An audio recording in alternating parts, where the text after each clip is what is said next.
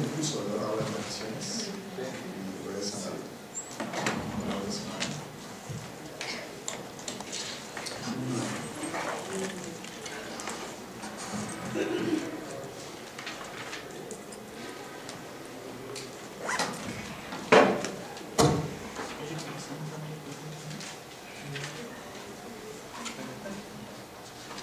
Bueno, ya siguiendo con lo que habíamos propuesto para el curso, justo hoy nos tocaría la última vertiente que se propuso como parte del curso, y sería lo que se denomina la arqueología postprocesual. Esta arqueología postprocesual, igual, ¿no?, como anterior, es un movimiento que aspira a criticar el movimiento previo, y precisamente ayer platicando con Rafa Reyes, aquí camarógrafo, ¿no?, en realidad de la etiqueta postprocesual, si bien los procesuales se identifican o ya se pueden agrupar bajo el término procesual, porque lo que buscaban era precisamente interpretar una parte de esos procesos, y que adecuadamente, probablemente en términos de arqueología, funcionaba como ese rompimiento con lo anterior, pero lo procesual como definía un poco más. En el caso de lo postprocesual es un poco parecido, pero porque rompe con lo anterior o trata de romper, pero sin embargo no es la esencia de la arqueología, es simplemente el momento que marca un evento posterior. En realidad lo que deberíamos hablar, y adelante lo expongo, es más bien arqueologías interpretativas, que sería básicamente el concepto más adecuado desde la perspectiva contemporánea para definir este gran momento. Sin embargo, igual, entendiendo el desarrollo histórico, cronológico de los autores que han manejado estas tendencias, en un momento inicial más cercano a los 80, pues se considera postprocesual, y luego ya, y en la actualidad deberíamos, ¿no?, utilizarlo como interpretativas.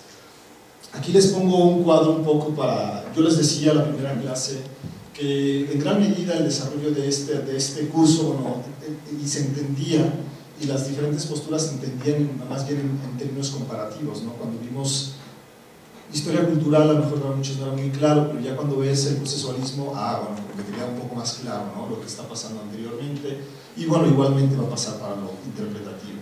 Entonces, solamente a nivel de cuadro, con conceptos muy básicos, hay diferencias sustanciales. En términos de lo que implicaría, bueno, en términos temporales, ya hemos hablado que, ¿no?, 1900, 1950, no son realmente momentos específicos de rompimiento, sino son completamente relativos. Igual señalo nuevamente que ninguna de estas tendencias está superada por completo, y que cada una va aportando elementos que se van recuperando en las tendencias siguientes, ¿no? Entonces no acaba, la historia cultural no acaba en 1950, así como lo procesual no termina en 1985, pero sí hay ciertos parámetros que nos permiten observar un proceso de cambio muy marcado. Entonces, si ya a nivel comparativo vemos cómo funcionan, ¿no?, los términos, bueno, pues a este periodo pues era la arqueología tradicional, esa arqueología que habíamos visto, centrada en los artefactos, descripciones, tratando de identificar culturas y eso, mientras que acá, bueno, ya se define como procesual. El pasado para los dos es cognoscible, o sea, es una posibilidad de conocer el pasado a través de ese registro material, pero para esta tendencia, el pasado es explicable, ¿no?, siguiendo un método científico, lo que se argumentaba ayer.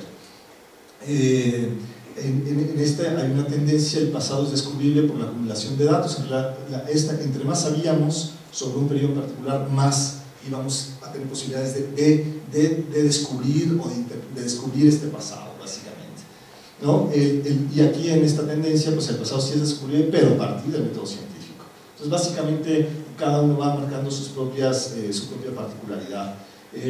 Uno de los aspectos que se señaló como el aspecto clave para esta época y el más problemático de alguna forma, pues eran las cronologías, ¿no?, las formas de fechar los materiales, que ya vimos que eran completamente relativos, que tenían que ver con fuentes externas, que tenían que ver con seriaciones, qué sé yo, y que eran cronologías relativas, o sea, grandes periodos que marcaban algún suceso.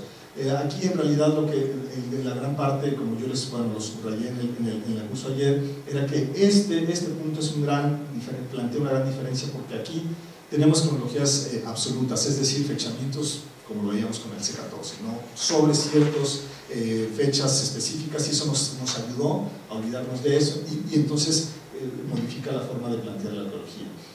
Aquí hablamos de secuencias culturales, mientras que acá hablamos más bien de sistemas, como lo que veníamos con Flannery, ¿no? Sistemas y procesos, un sistema complejo, subsistemas que se van relacionando para generar cultura. Aquí, bueno, la definición de cultura arqueológica más importante. Acá ya vamos partiendo hacia una definiciones inspiradas en la tecnología científica. Bueno, comparación de resultados, aquí hablamos de provincias culturales, en fin, ¿no? Una serie de características que van marcando las diferencias. Aquí, bueno, algo que se ha criticado es que, bueno, aquí hay un énfasis en el positivismo decimonónico, y aquí el individuo y la sociedad desaparecían en búsqueda de estas secuencias culturales. Aquí hay un avance, aquí hablamos más en el énfasis en el positivismo lógico, ¿no? Hegeliano, pero aquí guarda la característica que también, aunque es un avance en términos de interpretación, de explicación, el individuo sigue siendo pasivo y la sociedad es la que dicta los parámetros de cómo estos individuos se comportan. Ambos esquemas trabajan bajo la concepción cartesiana de la división de sujeto y objeto, ¿no? Que en realidad nosotros somos los sujetos que conocen. Hay una separación completamente cartesiana, es precisamente lo que se cuestiona en el siguiente esquema. Y bueno, muchos personajes, ¿no? Muchos personajes, pero solamente los que abordamos aquí un poquito más. Bueno, Franz Boas, que tiene que ver directamente con Manuel Gambio, esto es únicamente como siguiendo la estructura del curso, mientras que en este habíamos visto que hay muchos personajes, muchos arqueólogos, pero sin embargo, pues de los nombres más, digamos, relacionados o influyentes podemos encontrar en Flannery y en diferentes momentos y todo, ¿no? Sí. ¿En dónde puedo leer algo más así sobre esa división cartesiana de la que hablas entre sujeto y objeto? Perdón. ¿En dónde puedo conseguir más información sobre la división cartesiana? Bueno, ahora vamos a ver un poco más, porque precisamente es un punto medular que marca la diferencia entre lo que es el procesualismo y el postprocesualismo inicial. Es también esta búsqueda de borrar estas dicotomías que para los interpretativos o postprocesuales ha sido negativo en términos de este estudio del pasado. Ahora vamos a ver algunas cosas, ¿no? Adelante, porque es parte esencial. Entonces, bueno, ahora a este cuadro se completa lo que hoy tendríamos como la tendencia pues, contemporánea, porque finalmente está desarrollando paralelamente a este tiempo, y que sería lo que se conoce como la arqueología postprocesual. Y bueno, pues es lo mismo, ¿no? Exactamente obedece a un cuestionamiento de las críticas anteriores, centrada en ciertos aspectos particulares, y nuevamente, ¿no? Como en el anterior, el término postprocesual incluye una serie de actores de diversidad que finalmente están englobados bajo ciertos aspectos particulares. Yo sí creo que actualmente, bueno, en realidad a estas arqueologías ya tendríamos que llamarles más bien arqueologías interpretativas, y me conozco a autores que proponen esta terminología, y sí es cierto, lo postprocesual es más cercano a estos 80, este rompimiento. Y aquí la importancia es que el énfasis está dado en la diversidad cultural, tanto presente como pasada, ¿no? Tratando otra vez de empezar a incidir en el cuestionamiento de estas dicotomías entre sujeto y objeto. Aquí, en realidad, también algo que es muy importante es que estas diversidades se suman a los contextos políticos, sociales, culturales, y son tomados mucho más en cuenta porque están determinando. Hay muchos, igual como el C14 fue importante para el desarrollo de la arqueología procesual, porque lo que veíamos no permitía observar de una forma distinta, medir el tiempo. Y en este momento hay muchas cosas que pasan después de los 50, la posguerra, cambia la taxonomía del mundo, se crean instituciones como las Naciones Unidas, ¿no?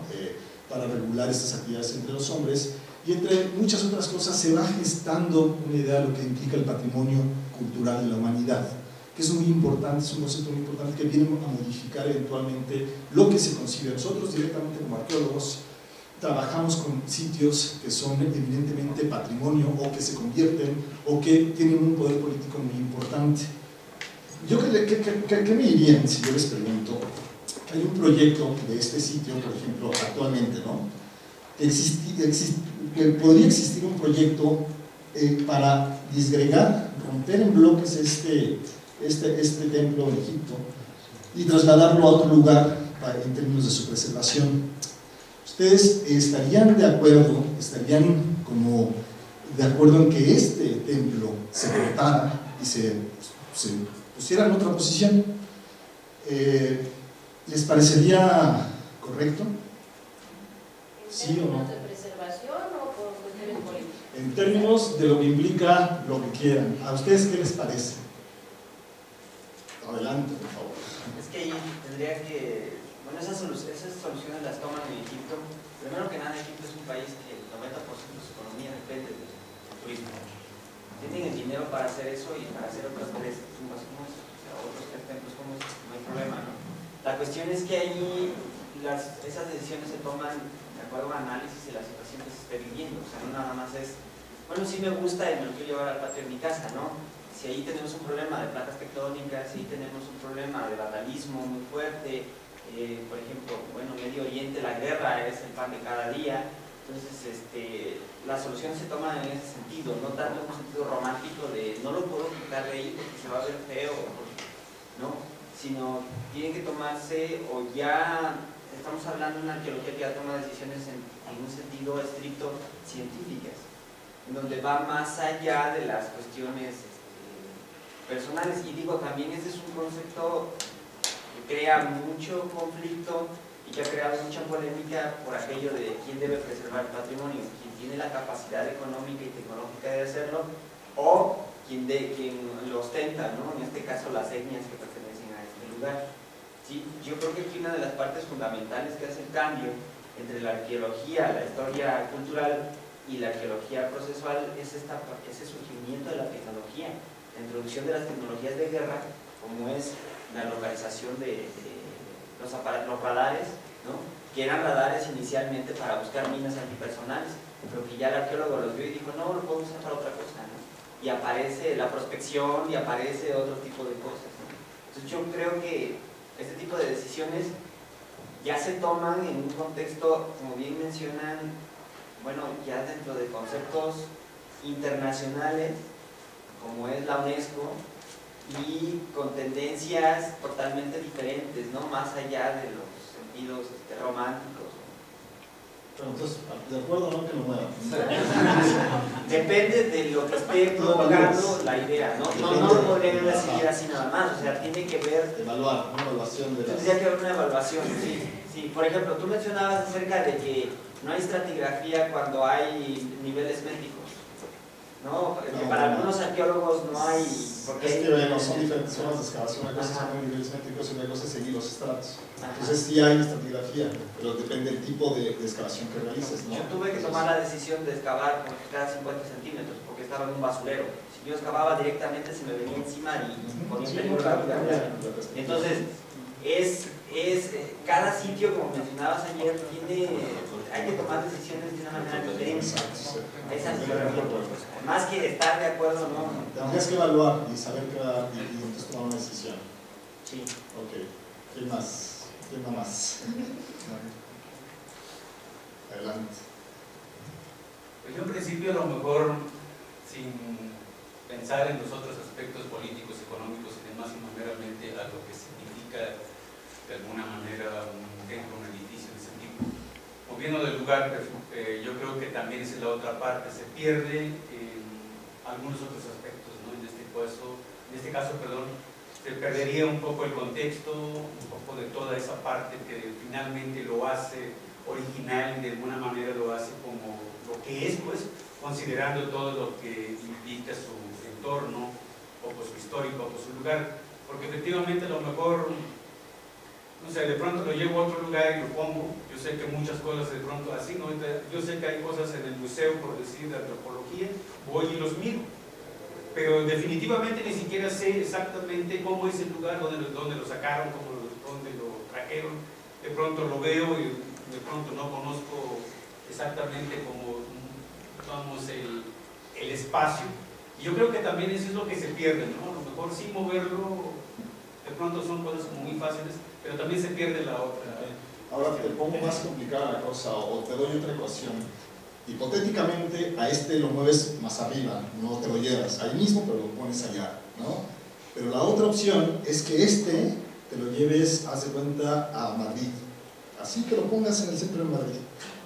¿Qué tal? No, parecería irreal. Es que yo creo que, por una parte, a lo mejor, en términos a lo mejor de documentar a lo mejor todo este hallazgo, digamos, este sitio arqueológico, para posteriores investigaciones arqueológicas, pues a lo mejor podría tener sentido hacerlo, ¿no? Si es únicamente por cuestiones de lo voy a poner acá porque acá va a haber más turismo o lo que sea, pues ya tiene otras implicaciones, ¿no? Eso es lo que yo pensaría. Sí, claro, completamente de acuerdo. A ver, pues vayamos aquí y luego vamos para allá primero. No, yo no soy arqueóloga,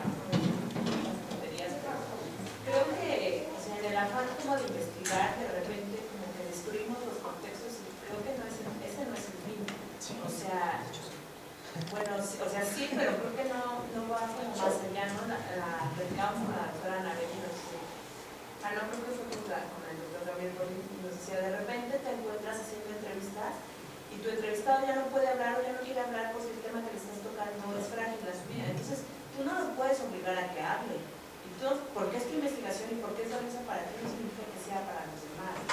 Creo que pasa lo mismo en la arqueología. Yo me acuerdo mucho, por ejemplo, de Palenque, de la tumba de Pacal. Antes podíamos descender por adentro de la pirámide y bajar y ver la tumba de Pacal.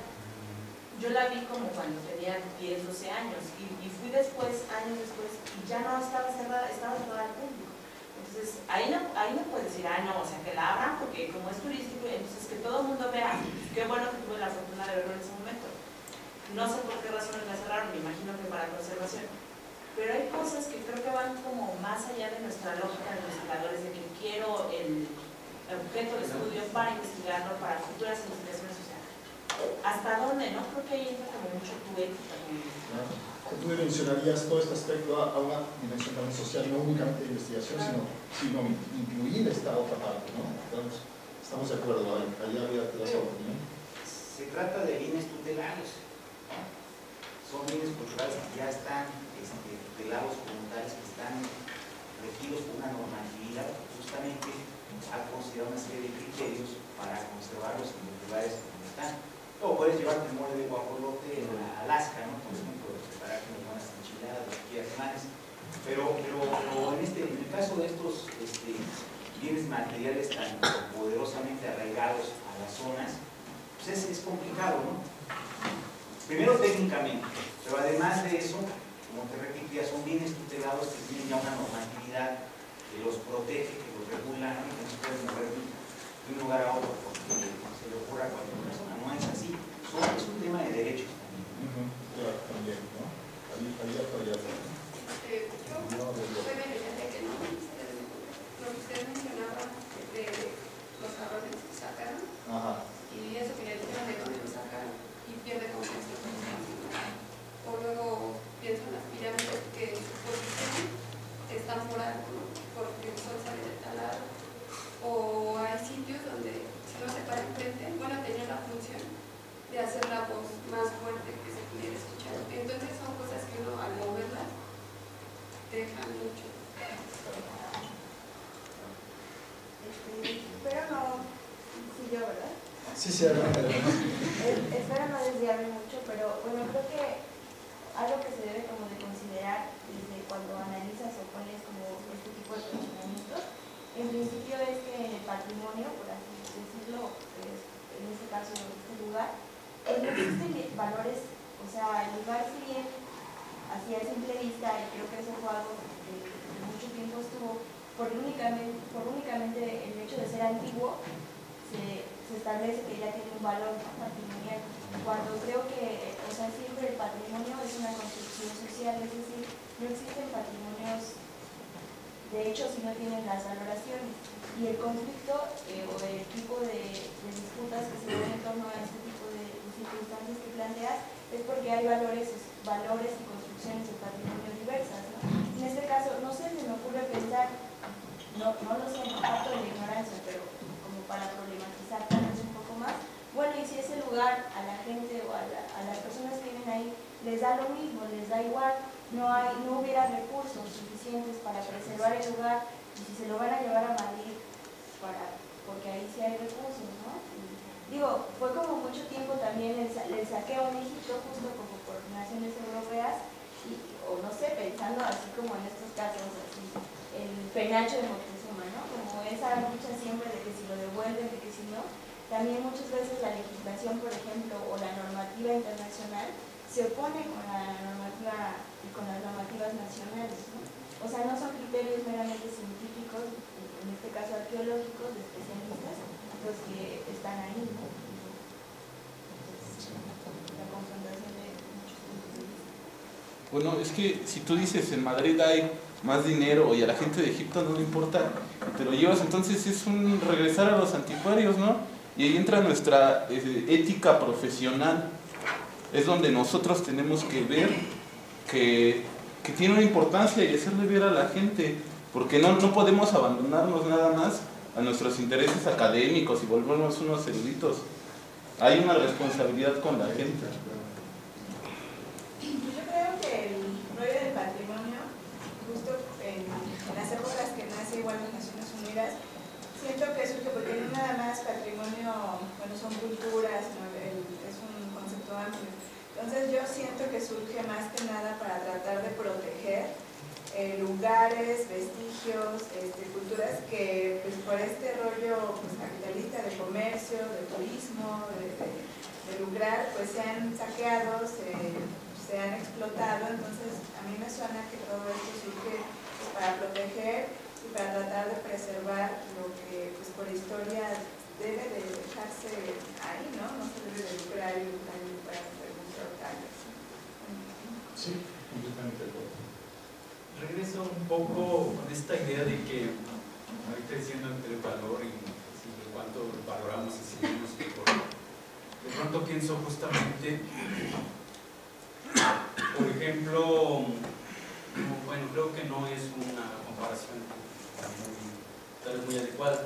Es un poco como con las lenguas indígenas, ¿no? De pronto dicen, es que es tuyo, valóralo, ¿cómo es posible que tú no le veas el valor y todo? Y resulta que hay otras gentes, otras personas que son los que les interesa. Y de pronto, por decir así, de pronto sí, creo que no depende mucho de, por ejemplo, esas cuestiones. Si uno llega con el desconocimiento, igual a lo mejor digo, bueno, si se lo llevan igual no pasa nada, total. Pareciera ser que también no solo tiene que ver con el asunto de que si lo protejo, si lo siento mío, no tiene que ver mucho con nuestro pasado, sino también tiene que ver con la valoración, pero también el conocimiento. Porque muchas veces el desconocimiento mismo, pues el no entender nuestro pasado, porque justamente esas cuestiones, digamos, de los restos y demás, pues no surge de la población en sí donde viven, ¿no? Sino vienen otras personas y vienen otros, digamos, con gente más estudiosa, gente preparada, pues es la que finalmente de pronto descubre, ¿no? Y muchas veces los que somos del lugar desconocemos del lugar y tampoco conocemos nuestra historia, ¿no? Me ha tocado ir, por ejemplo, ir a Tula y preguntarles, por ejemplo, si, bueno, y ustedes conocen la historia de Quetzalcóatl. Los lugareños no saben y dicen, oye, ¿pero cómo? Y uno no se explica. Entonces, ¿esto qué representa? Pues igual tal vez para ellos, si se quita, si lo dejan, igual no pasa nada. Voy un poco con las lenguas indígenas, de pronto yo tampoco entiendo cuando dicen que tu lengua es muy valiosísima. Lo bajas a nivel de responsabilidad ética de los investigadores, divulgación y todo este tipo de cosas, ¿no? Ya. Ahí, por ejemplo, lo que comenta la compañera es muy cierto. En el caso específico que yo estudié en mi tema de tesis, el patrimonio cultural en un municipio, había tres grupos humanos, tres grupos culturalmente hablando diferentes, ¿sí? Mestizos, indígenas y afromestizos. Y cada uno tenía un concepto diferente de patrimonio.